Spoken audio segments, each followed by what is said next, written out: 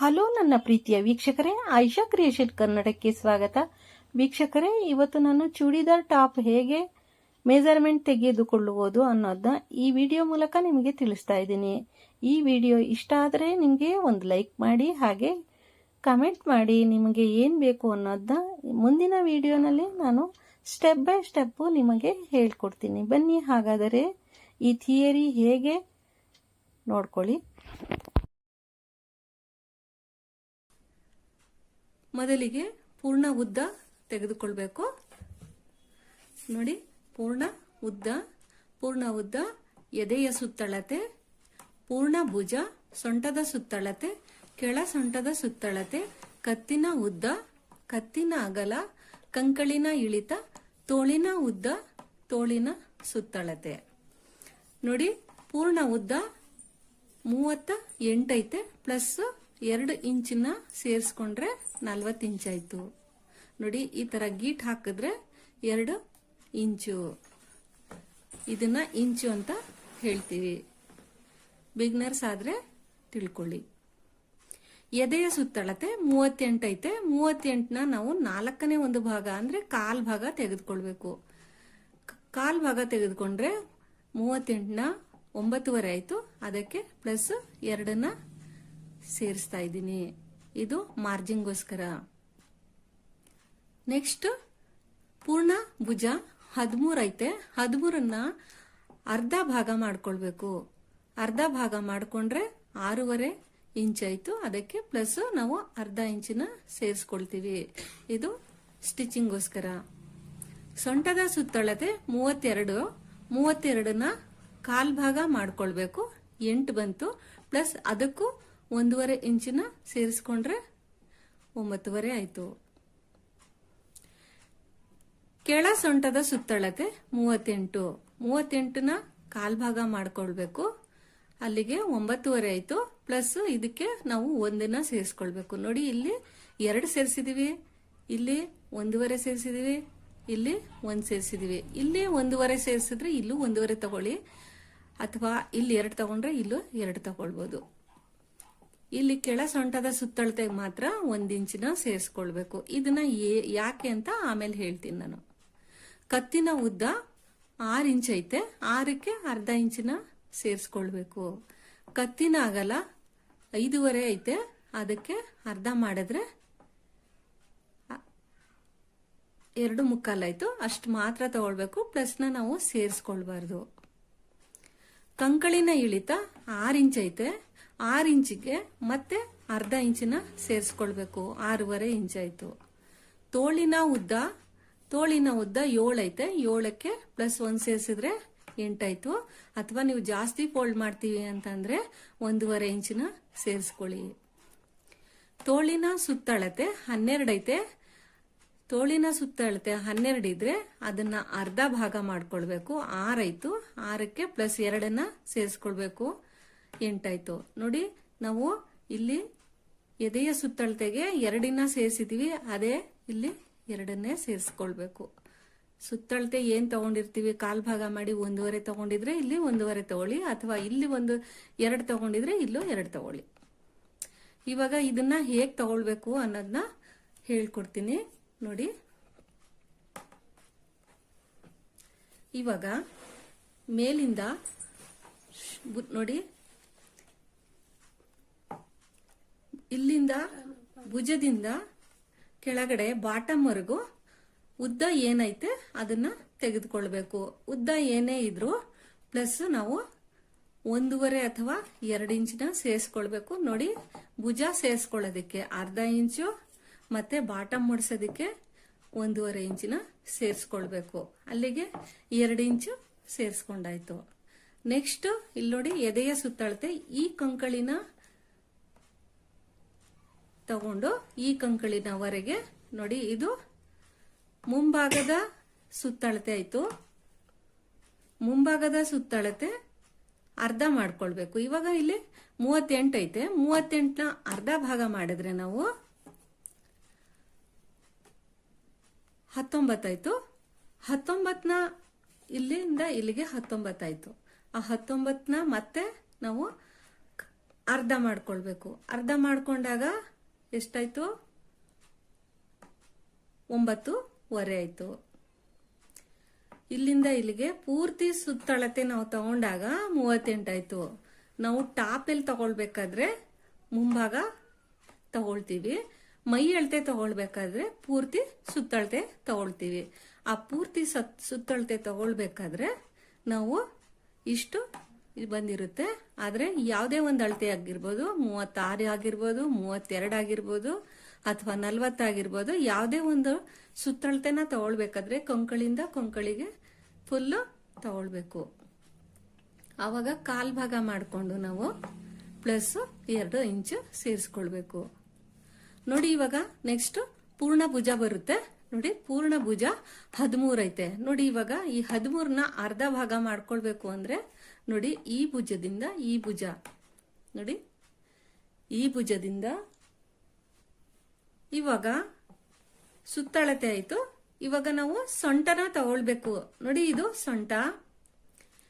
ಭುಜದಿಂದ ಕೆಳಗಡೆ ನಾವು minimum medium size ಆದರೆ 13 ಇಂಚ್ ಇರುತ್ತೆ. ಮೇಲಿಂದ ಕೆಳಗಡೆ 13 ಇಂಚ್ ಇರುತ್ತೆ. 13ಕ್ಕೆ 1 ಇಂಚಿನ ತಗೊಳ್ಬೇಕು.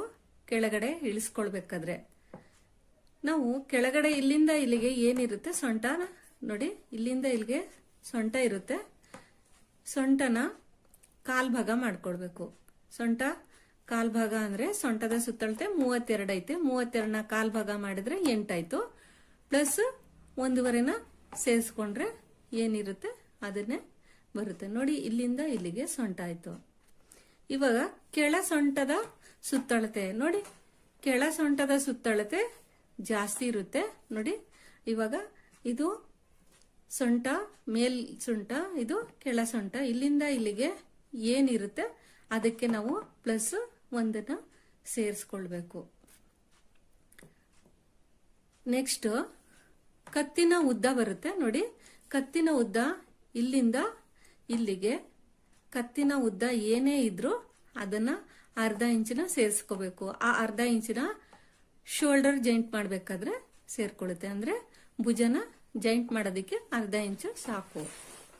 ಇದು ಕತ್ತಿನ ಉದ್ದ ಆಯ್ತು. ಮತ್ತೆ ಕತ್ತಿನ ಅಗಲ ನೋಡಿ, ಈ ನೋಡಿ ಇಲ್ಲಿ ಕತ್ತಿನ ಅಗಲ ಐತೆ. ಇಲ್ಲಿಂದ ಇಲ್ಲಿಗೆ ಕತ್ತಿನ ಅಗಲ ಏನಿದೆ ಅದನ್ನ ಅರ್ಧ ಮಾಡ್ಕೋಬೇಕು. ಇಲ್ಲಿ ಕತ್ತಿನ ಅಗಲ 5.5 ಐತೆ.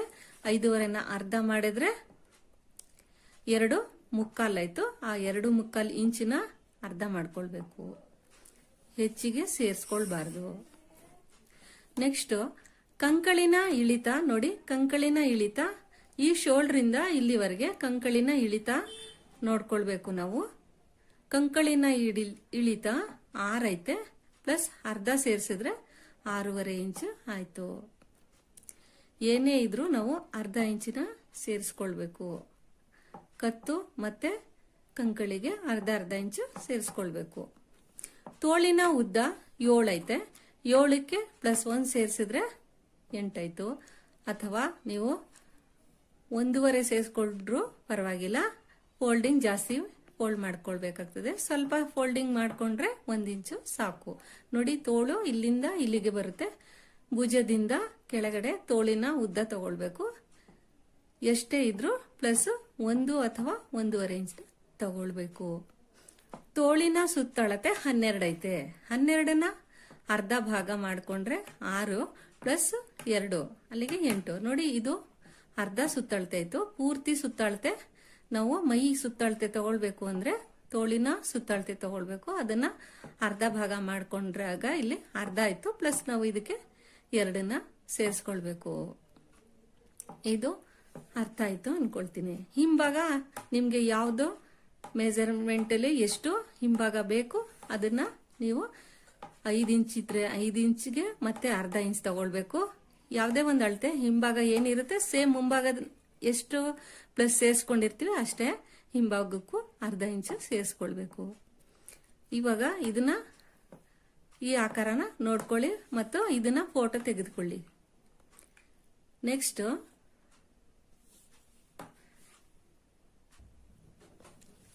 ನೋಡಿ, ಇವಾಗ ಏನ್ ಫಸ್ಟ್ ಉದ್ದ ತಗೊಂಡಿದ್ದೋ ಇಲ್ಲಿಂದ ಇಲ್ಲಿಗೆ ಉದ್ದ ಪ್ಲಸ್ 2ನ್ನ ಸೇರಿಸ್ಕೊಳ್ತಾ ಇದೀವಿ.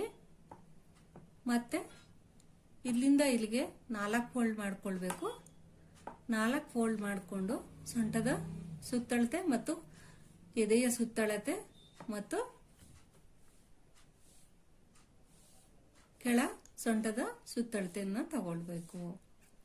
ನೋಡಿ, ಇಲ್ಲಿಂದ ಇಲ್ಲಿಗೆ ಒಂದು 7 ಇಂಚ್ಗೆ ಮಾರ್ಕ್ ಮಾಡ್ಕೊಳ್ಬೇಕು. ಎದೆಯ ಸುತ್ತಳತೆ 7 ಇಂಚು, ಮೇಲಿಂದ ಕೆಳಗಡೆ 7 ಇಂಚಿನ ತಗೊಂಡು ಇಲ್ಲಿಂದ ಇಲ್ಲಿಗೆ ಎದೆಯ ಸುತ್ತಳತೆ ಮತ್ತೆ ಇದು ಸೊಂಟದ ಸುತ್ತಳತೆ 13 ಇಂಚ್ ಇರುತ್ತೆ. ಮೇಲಿಂದ ಕೆಳಗಡೆ 13ಕ್ಕೆ ಪ್ಲಸ್ 1 ಸೇರಿಸ್ಕೊಂಡ್ರೆ ಅಲ್ಲಿಗೆ 14 ಇಂಚು ಸೊಂಟದ ಇಳಿತ ತಗೊಳ್ಬೇಕು. ಮತ್ತೆ ಇದನ್ನ 20 ಅಥವಾ 21, 22ಕ್ಕೆ ಕೆಳ ಸೊಂಟ ಬರುತ್ತೆ. ಅದನ್ನ ಕೆಳ ಸೊಂಟಕ್ಕೆ ನಾವು ಹಾಕೊಳ್ಬೇಕು. ನೋಡಿ, ಇಲ್ಲಿಂದ ಇಲ್ಲಿಗೆ ಉದ್ದ, ಇಲ್ಲಿಂದ ಇಲ್ಲಿಗೆ ಎದೆಯ ಸುತ್ತಳತೆ ಮತ್ತೆ ಇದು ಸೊಂಟದ ಸುತ್ತಳತೆ, ಇದು ಕೆಳ ಸೊಂಟದ ಸುತ್ತಳತೆ. ನೋಡಿ, ಇವಾಗ ನಾನು ಎದೆಯ ಸುತ್ತಳತೆ ಕಾಲ್ ಭಾಗ ಮಾಡ್ಕೊಂಡಿದ್ದೀನಿ. ಇಲ್ಲಿ ಕಾಲ್ ಭಾಗ ಮಾಡ್ಕೊಂಡು ಪ್ಲಸ್ ನಾವು ಸ್ಟಿಚಿಂಗ್ಗೋಸ್ಕರ 2 ಇಂಚು ಸೇರಿಸ್ಕೊಂಡಿದೀವಿ. ನೆಕ್ಸ್ಟ್ ಇಲ್ಲಿ ಸೊಂಟದ ಸುತ್ತಳತೆ ತಗೊಂಡು ಕಾಲ್ ಭಾಗ ಮಾಡಿಕೊಂಡು ಪ್ಲಸ್ 2 ಇಂಚಿನ ಸೇರಿಸ್ಕೊಂಡಿದೀವಿ. ಮತ್ತೆ ಕೆಳಗಡೆ ಕೆಳ ಸೊಂಟದ ಸುತ್ತಳತೆ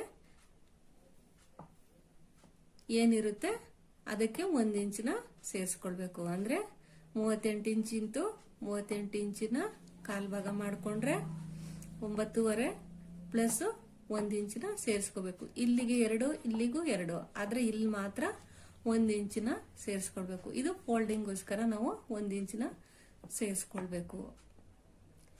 ನೆಕ್ಸ್ಟ್ ಭುಜ ನೋಡಿ, ಪೂರ್ತಿ ಭುಜ ಏನಿತ್ತು ಯಾವುದೇ ಒಂದು ಅಳತೆ ಆಗ್ಲಿ ಅದನ್ನ ಅರ್ಧ ಮಾಡ್ಕೊಂಡು ಪ್ಲಸ್ ಅರ್ಧ ಇಂಚಿನ ಸೇರಿಸ್ಕೊಳ್ಬೇಕು.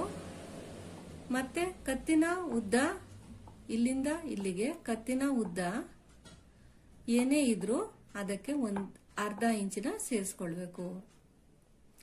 ಕತ್ತಿನ ಅಗಲ, ಪೂರ್ತಿ ಕತ್ತಿನ ಅಗಲ 5.5 ಬಂತು. 5.5 ಬಂದ್ರೆ ಅರ್ಧ ಮಾಡ್ಕೊಂಡ್ರೆ 2 ಮುಕ್ಕಾಲ್ ಆಯ್ತು. ಆ 2 ಮುಕ್ಕಾಲ್ನ ಇಲ್ಲಿಗೆ ತಗೊಳ್ಬೇಕು. ಓಪನ್ ಭಾಗ ಯಾವಾಗ್ಲೂ ಸೊಂಟದ ಕಡೆ ಇಟ್ಕೊಳ್ಬೇಕು. ಫೋಲ್ಡ್ ಮಾಡಿರೋ ಭಾಗನ ಮುಡ್ಚಿಕೊಂಡಿರ್ಬೇಕು. ನಾನು ಬಟ್ಟೆಯಲ್ಲಿ ಹೇಳ್ಕೊಡ್ತೀನಿ. ಈ ಥಿಯರಿನ ಕರೆಕ್ಟಾಗಿ ನೀವು ಚೆನ್ನಾಗಿ ತಿಳ್ಕೊಳ್ಳಿ. ಇವಾಗ ನೆಕ್ಸ್ಟ್ ಕಂಕಳು ಬರುತ್ತೆ ನೋಡಿ. ಕಂಕಳು ಅಷ್ಟೇನೆ. ಕಂಕಳಿನ ಇಳಿತ 6 ಇತ್ತು. 6ಕ್ಕೆ ಪ್ಲಸ್ ನಾವು ಅರ್ಧ ಇಂಚಿನ ಸೇರಿಸ್ಕೊಂಡ್ರೆ 6.5 ಆಯ್ತು. 6.5ಗೆ ಒಂದು ಇಲ್ಲಿ ಮಾರ್ಕ್ ಮಾಡಿಕೊಂಡು ಕರೆಕ್ಟಾಗಿ ನಾವು ಅರ್ಧ ಇಂಚಿಗೆ ರೌಂಡ್ ಆಗಿ ಶೇಪ್ನ ಕೊಡಬೇಕು. ಮತ್ತೆ ನಮಗೆ ಇಚ್ಛಾ ಅನುಸಾರವಾಗಿ ನಮಗೆ ಯಾವ ನೆಕ್ ಬೇಕೋ ಆ ನೆಕ್ನ ಇಲ್ಲಿ ಕೊಟ್ಕೊಳ್ಬೋದು. ಫ್ರೆಂಡ್ಸ್, ಇದನ್ನ ನೀವು ಚೆನ್ನಾಗಿ ಅರ್ಥ ಮಾಡ್ಕೊಂಡಿದ್ದೀನಿ ಅಂತ ತಿಳ್ಕೊಂಡಿರ್ತೀನಿ. ಅದಕ್ಕಿಂತ ಅರ್ಥ ಮಾಡ್ಕೊಂಡಿದ್ದೀರಾ ಅಂತ ತಿಳ್ಕೊಂಡಿದ್ದೀನಿ. ನೆಕ್ಸ್ಟ್ ನಾನು ಬಟ್ಟೆ ಮೇಲೆ ಯಾವ ರೀತಿ ಕಟ್ಟಿಂಗ್ ಮಾಡೋದು ಅನ್ನೋದನ್ನ ಹೇಳ್ಕೊಡ್ತೀನಿ. Thank you.